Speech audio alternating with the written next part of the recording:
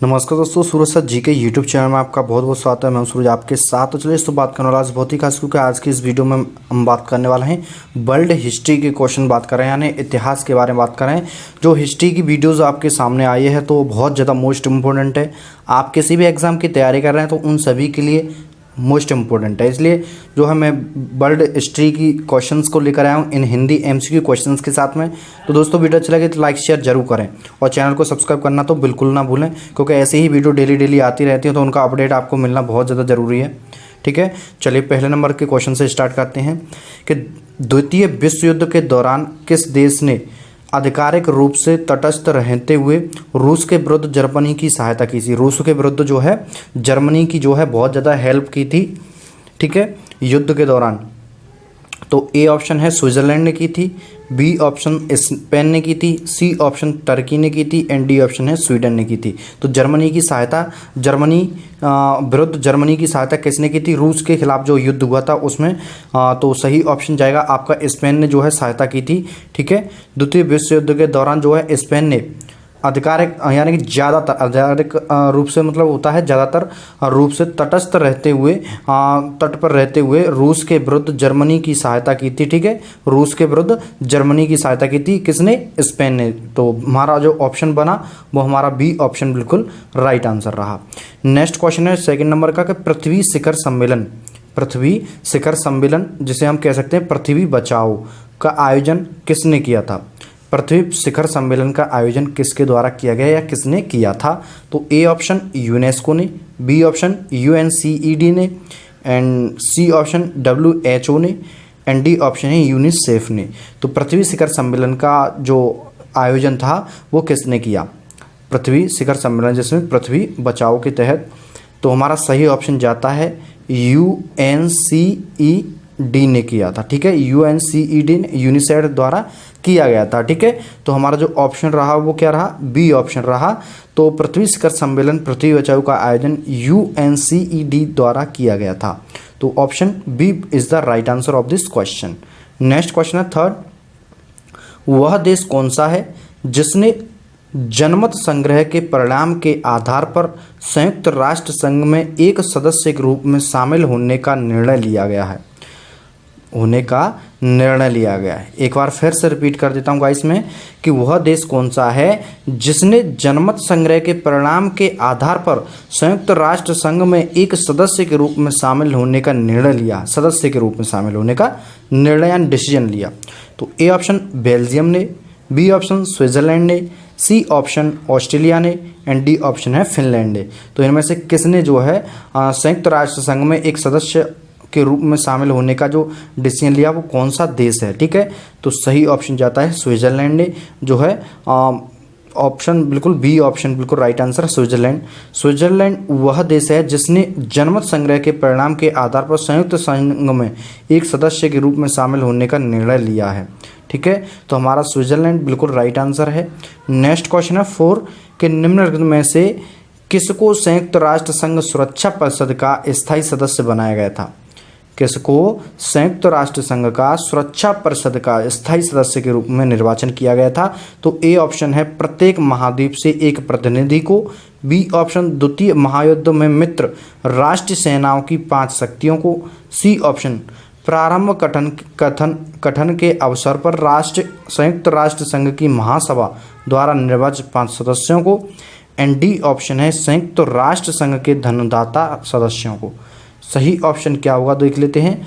सुरक्षा परिषद की बात कर रहे हैं तो हमारा जो सी ऑप्शन है वो बिल्कुल राइट आंसर है, यानी कि प्रारंभिक गठन के अवसर पर संयुक्त राष्ट्र संघ की महासभा द्वारा निर्वाचित 5 सदस्यों को शामिल किया गया था।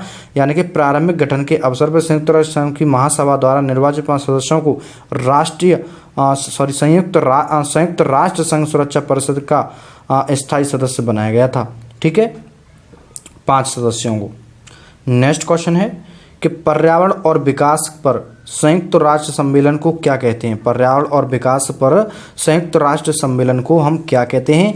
तो ए ऑप्शन एयर समिट वायु शिखर, बी ऑप्शन रिसोर्स समिट संसाधन शिखर, सी ऑप्शन है अर्थ समिट यानी पृथ्वी शिखर, एंड डी ऑप्शन है वाटर समिट तो है जल शिखर।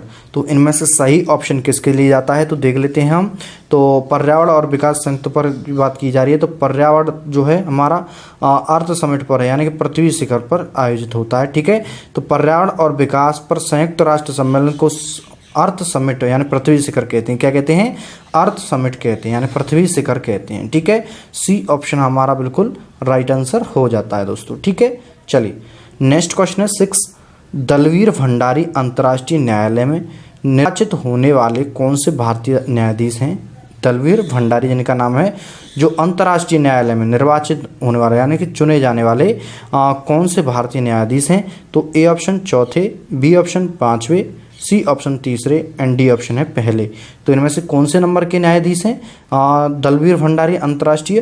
तो 5वें नंबर के न्यायाधीश हैं। ठीक है, जो कि दलवीर भंडारी अंतर्राष्ट्रीय न्यायालय में निर्वाचित होने वाले 5वें भारतीय न्यायाधीश हैं। ठीक है, अंतर्राष्ट्रीय लेवल, इंटरनेशनल लेवल के। ठीक है, चलिए क्वेश्चन नंबर 7 है कि 27 अप्रैल 2012 को किस भारतीय को अंतर्राष्ट्रीय न्यायालय का न्यायाधीश चुना गया था? 27 अप्रैल यानी 27 अप्रैल APR अप्रैल 2012 की बात कर रहे हैं हम। तो किसे भारतीय का अंतर्राष्ट्रीय न्यायालय का न्यायाधीश चुना गया था? तो ASH कपाड़िया को, बी ऑप्शन दलवीर भंडारी को, सी ऑप्शन जीवन रेड्डी को एंड डी ऑप्शन है MC चावला को।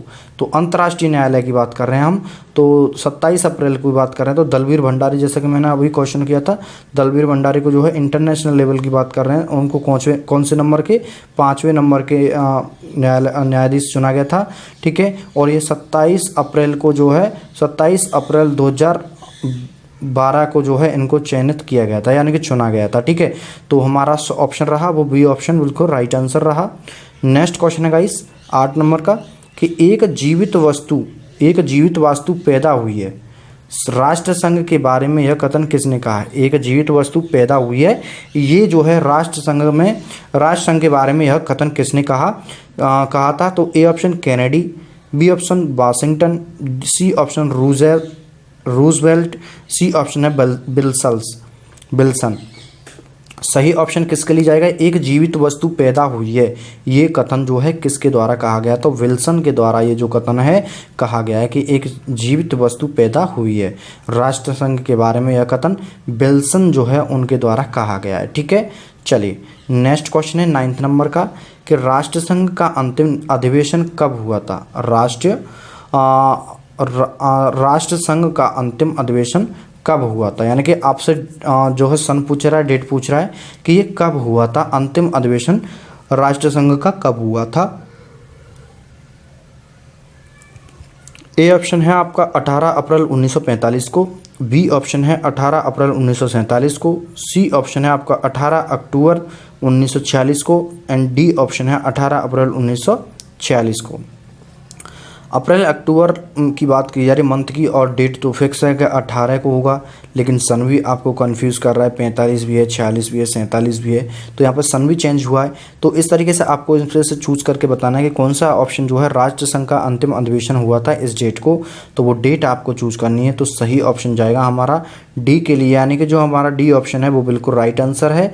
18 अप्रैल जो है 18 अप्रैल 1946 को जो है किया गया था। ठीक है, यानी कि राष्ट्रसंघ का अंतिम अधिवेशन जो है 18 अप्रैल 1946 में हुआ था। ठीक है, 1946 में हुआ था, ना कि 97 में। ठीक है, चलिए 18 अप्रैल को बात की जा रही है। तो दोस्तों ये जो है लास्ट क्वेश्चन है, जो है हिस्ट्री की बात कर रहे हैं हम। तो सैन फ्रांसिस्को सम्मेलन में उद्घाटन भाषण किसने दिया था? सैन फ्रांसिस्को सम्मेलन जो हुआ था वहाँ पर, तो उद्घाटन भाषण किसने दिया था उद्घाटन के टाइम? तो ऑप्शन दिए हुए हैं ट्रूमैन ने, बी ऑप्शन है एटली ने, सी ऑप्शन है स्टालिन ने एंड डी ऑप्शन है चर्चिल ने। तो सैन फ्रांसिस्को सम्मेलन में जो उद्घाटन भाषण हुए थे वो किसके द्वारा दिए गए थे, वही आपको बताना है। द ट्रूमैन ने, एटली ने, स्टालिन ने, चर्च इन लें। तो इनमें से चारों ऑप्शनों में से कौन सा ऑप्शन रहेगा सही? तो हमारा सही ऑप्शन जाएगा किसके लिए? तो सही ऑप्शन आपको चूज करके बताना है कि इसका जो सही ऑप्शन है वो क्या है। अगर नहीं आता है तो मैं कल आपको वीडियो में आपको बता दूंगा कि आपका जो सही ऑप्शन होगा वो क्या होगा। सैन फ्रांसिस्को सम्मेलन में उद्घाटन भाषण किसने दिया था? तो इन चारों में से आपको बताना है। दोस्तों मैं कल आपको इस क्वेश्चन का आंसर अनाउंस करा दूंगा। तो सूरज सर जीके चैनल को अभी तक सब्सक्राइब नहीं किया है तो जीके चैनल को अभी जाके सब्सक्राइब कर लीजिए, साथ साथ बेल आइकन को प्रेस करता है, मैं आने वाली वीडियोस का नोटिफिकेशन मिलता रहेगा। तो तब तक के लिए जय हिंद, जय भारत, वंदे मातरम दोस्तों।